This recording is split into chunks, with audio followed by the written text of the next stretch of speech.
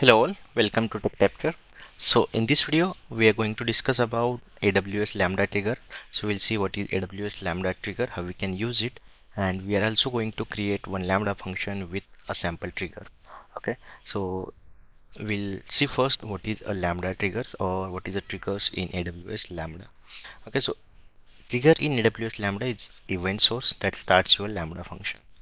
So it is basically any kind of activity which will ask your Lambda function, okay, now you have to execute. So instead of going and manually running a Lambda function, we can trigger an event. So in last video we have created some tests to execute our Lambda function. Now we want to automate some stuff. So let's say example, I am getting one file into my S3 bucket, and as soon as I received my file into S3 bucket, I have to process that file. So my event is getting file into my S3 bucket. So in simple language, you can see it's like a signal that tells your function, hey, it's your time to run. Triggers can come from various AWS services or external services. Okay, so how trigger actually works? So an event occurs just like I already told, file uploaded to S3 bucket or new message added into the SQS queue. Then trigger will automatically calls the Lambda function and just start executing the Lambda function. Then Lambda function will process the event and perform the task which we have coded or which we have written in our AWS function. So some basic examples or the most famous example of Lambda triggers are S3. When file is uploaded to a specific bucket, Lambda will process that file, resize or image or extract data. Anything can be done. And then the API gateway, when someone calls an API endpoint, the Lambda function will execute and return a response. So these are the basic or the most famous example of a Lambda triggers.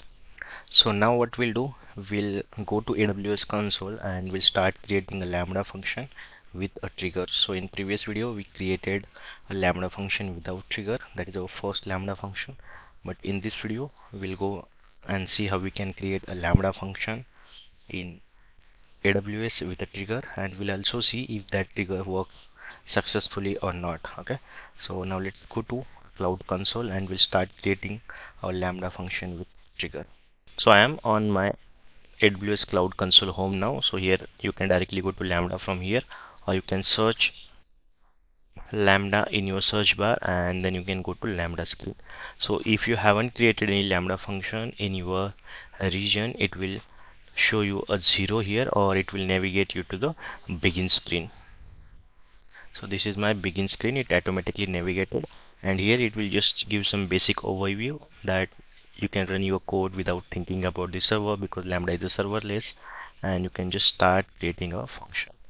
So let's go and create function. So there are three options here. Either you can author from scratch, you can use a blueprint, or you can use a container image.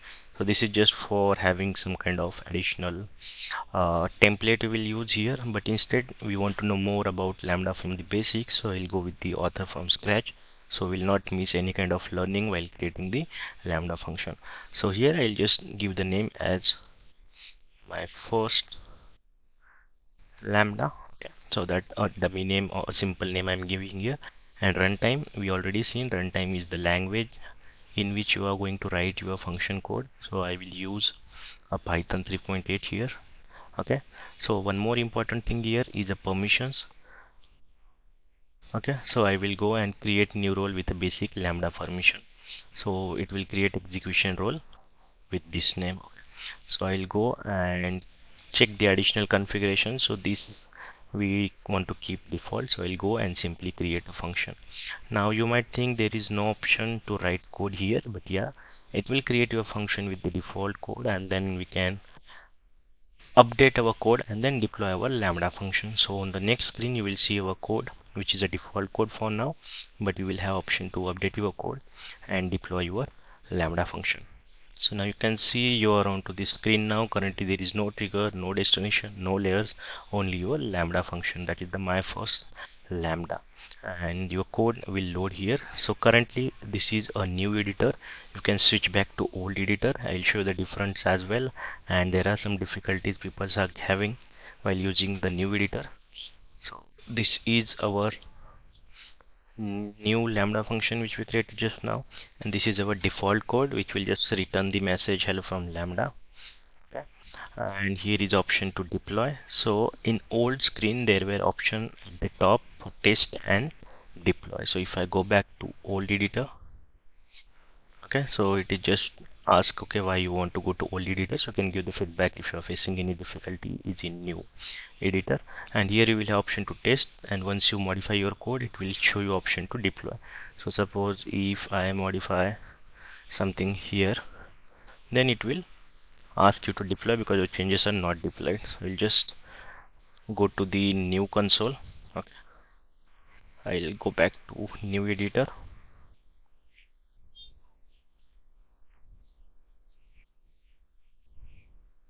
and here I will simply deploy my code.